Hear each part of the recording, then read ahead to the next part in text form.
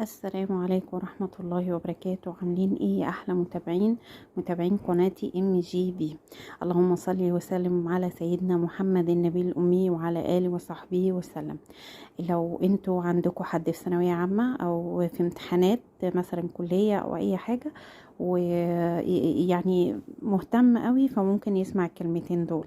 بما ان احنا في موسم امتحانات، عايزة اقول للناس اللي هي بتحاول تداري على عيالها ان هي مثلا ذاكرت، او مش عايزة اقول بتكذب، بس هقول ان هي بتحاول تداري على عيالها او هم شخصيا.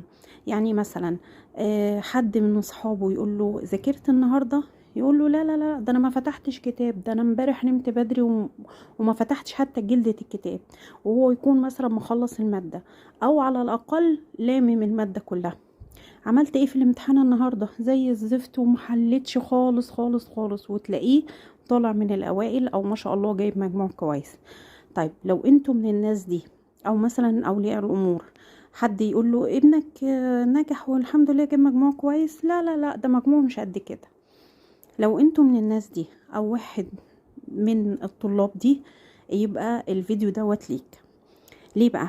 انا عارف ان انتوا بتكذبوا في المواقف دي علشان خايفين من الحسد، او مثلا بتداروا علشان ابنك يعدي ومحدش ينظره او يديله عين او الكلام ده. بس اسمح لي الفت نظرك او انتباهك لنقطتين اتنين بس انت مش واخد بالك منهم. اول حاجة، انت فاكر ان انت بتحمي نفسك او ابنك من الحسد بالطريقة دي؟ لا. طيب بأي منطق بيتطلب منك ان انت عايز ربنا يحميك من الحسد وانت اصلا بتغضب ربنا وبتعصيه؟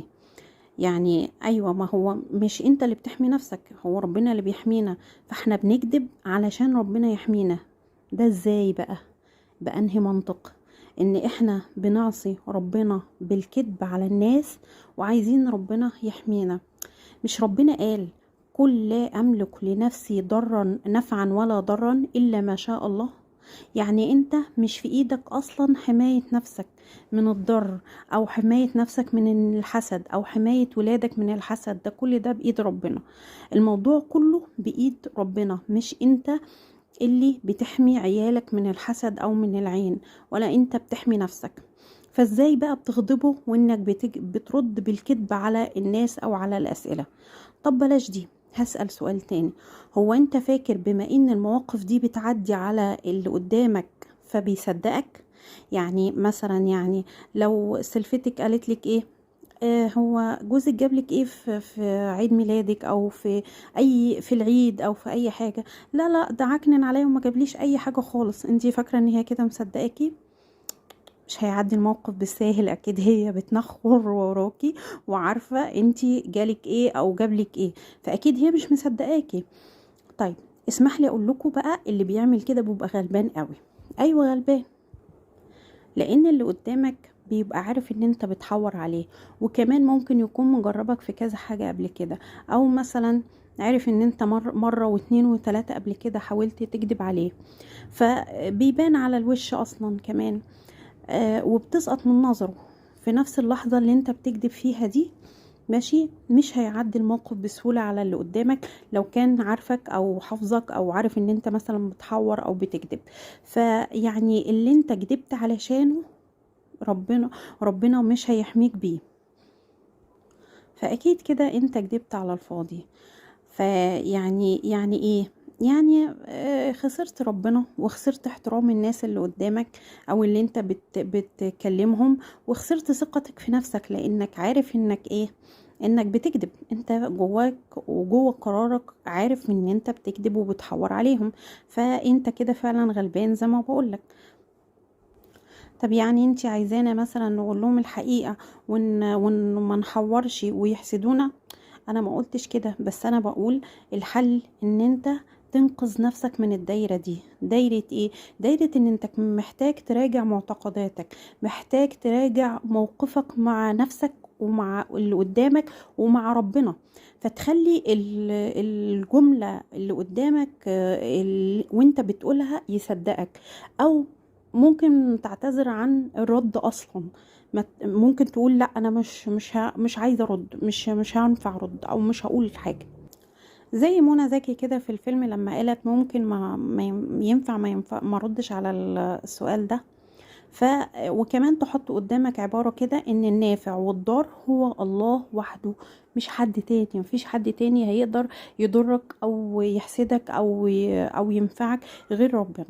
فاطلب الحماية من ربنا بالطريقة ان انت تحصن نفسك كل يوم بأذكار الصباح والمساء، تقرا المعوذتين، يعني تقول الصدق على طول، علشان او زي ما قلت لكم كده حاولوا ما تكذبوش، ان انتوا لا اما ما تردش على السؤال، لا اما تقول الصراحه.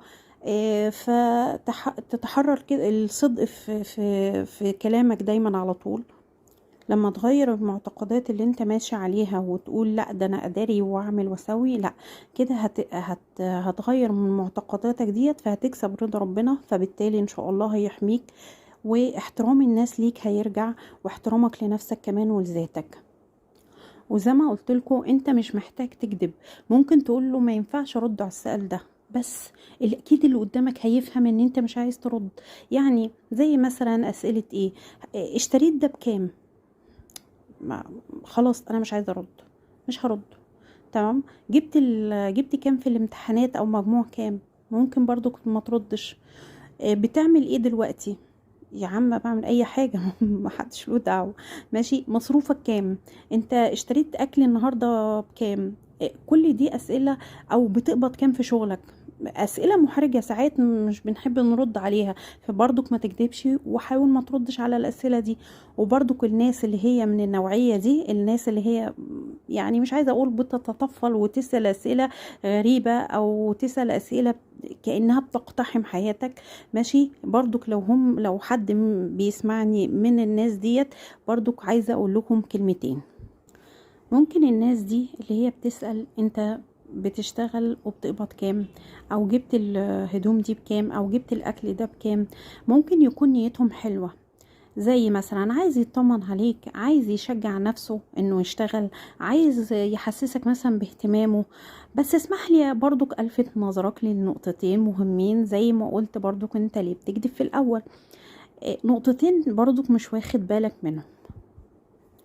انت فاكر يعني اللي قدامك علشان بيرد على اسئلتك البايخة دي انه مش بيتقفل منك وبيقلق منك؟ طيب انت فاكر برضك انه بيكون مبسوط قوي وهو بيحور عليك او بيحاول يجاوب وهو مضغوط؟ لا. طيب مش ملاحظ انه بيتهرب منك مرة واتنين، ان انت تقوله انت بتشتغل بكام، او بتقبض كام، او بجايب اللبس اللي انت لابسه ده بكام، او الشنطة دي بكام، او الاكل ده بكام؟ في حاجات خصوصيات كده ممكن الواحد ما يحاولش اصلا يسأل فيها، علشان اللي قدامه ما يقلقش منه او ما يتقفلش منه، او ممكن اصلا يتجنب الكلام معاك تاني مرة. وكمان تلاحظ ان هو مثلا بيتأخر في الرد عليك، مش واخد بالك برضو من ده. يعني انت يعني اكيد يعني مش هتبقى متطفل وكمان غبي، يعني متطفل ومش فاهم اللي قدامك ان هو بيحاول يتأخر في الرد عليك او مش عايز يرد عليك. فمهم قوي ان احنا بقى ناخد بالنا من اسئلتنا، ومهم قوي ان احنا ناخد بالنا واحنا بنكلم اللي قدامنا، لان ده بيدخل في منطقة اسمها منطقة الغباء الاجتماعي، او ان انا ما مش قادر اتواصل مع اللي قدامي، وبيكون نهايته بعد ونفور من الشخص اللي بيسأل الاسئلة دي، لان شخصيته تقيلة، تحس ان شخصيته تقيلة على الناس وهو بيسألهم وهو بيتدخل في تفاصيلهم وهو بيتدخل في حاجات مش تخصه. يعني ربنا قال ما تتدخلوش في حاجة مش تخصكم. طيب بلاش ده كله، الغباء الاجتماعي والتطفل والكلام اللي انا بقوله ده كله. انت يعني متخيل لما تقعد مع انسان وتزنقه في الاسئلة الفضولية اللي انت بتقولها دي هو كده هيقدر يقولك كل الحقيقة او كل الخصوصيات اللي هو شاريها او جايبها او كده؟ لا. بنسبة كبيرة جدا هيتهرب من إجابتك بذكاء. لو هو عنده ذكاء اجتماعي هيتهرب منك ويتهرب من إجابتك بذكاء، وهيضطر ممكن لو ما عندوش ذكاء اجتماعي هيضطر للأسف لأنه يكذب زي ما احنا قلنا في الأول. أو لو هو برضو عنده ذكاء اجتماعي هيقولك لو سمحت انا مش عايزه ارد على الاسئله دي من فضلك، معلش ما تزعلش مني. ودي طبعا حاجه ما تزعلش اللي قدامنا خالص. وفي النهاية عايزة اقولك انت ليه اضطريته يعمل كده؟ ليه اضطريته ان هو يخلي تزنقه في الاسئلة؟ ليه استفدت ايه وانت طالع اصلا مش عارف المعلومة الصح اللي سألته عليها، وشفته وهو بيتهرب منك او بيكذب عليك او بيقولك مش عايز ارد اصلا؟ ليه زنقته ان هو مش يقولك كل التفاصيل اللي انت محتاجها، او انت مش محتاجها اصلا، انت بتسألها فضول؟ انت كده اضطريته انه لا اما يرتكب ذنب ان هو يكذب، وطبعا لما يرتكب الذنب ده محدش هينفعه لما يتحاسب على الكذب دوت. لا اما اضطريته ان هو يحرجك، ما هو حاجة من الاتنين، لا يحرجك ويقولك مالكش دعوة او انت بتتدخل في حاجة لا تعنيك، ماشي، لا اما هيكذب عليك ويحور عليك زي ما احنا قلنا في اول الفيديو. طب ما انت خليته يرتكب ذنب، ليه بقى بنعين بعض على الكذب؟ ليه بنعين بعض ان احنا يعني نكذب على نفسنا وعلى ربنا ليه في الاسئله؟ وكلها اصلا بتبقى اسئله فضوليه، يعني لا تعنيك في شيء. ممكن لما تعرف المعلومه الصح اصلا ما يهمكش هو جاب ده بكام ولا عمل ايه عشان يجيبه، ولا حتى هو جاب مجموعه قد ايه، المهم ان هو يا سيدي نجح وخلاص الحمد لله. ف يعني المفروض ان ربنا او في الحديث الشريف بيقول من حسن اسلام المرء تركه ما لا يعنيه. في نهاية الفيديو وفي نهاية الحوار بقول لكم يا رب بإذن الله نعين بعض على الصدق، وما نسألش بعض أسئلة فضولية تحاول تخلينا نكذب على اللي قدامنا أو نحور على اللي قدامنا. وربنا يهدينا كلنا أجمعين، ويا رب يكون الفيديو عجبكم أو بحاول بس تستفيدوا ولو حاجة صغيرة. ممكن يا رب يعني يجازيني بيها خير ويجازيكم خير إن شاء الله. السلام عليكم.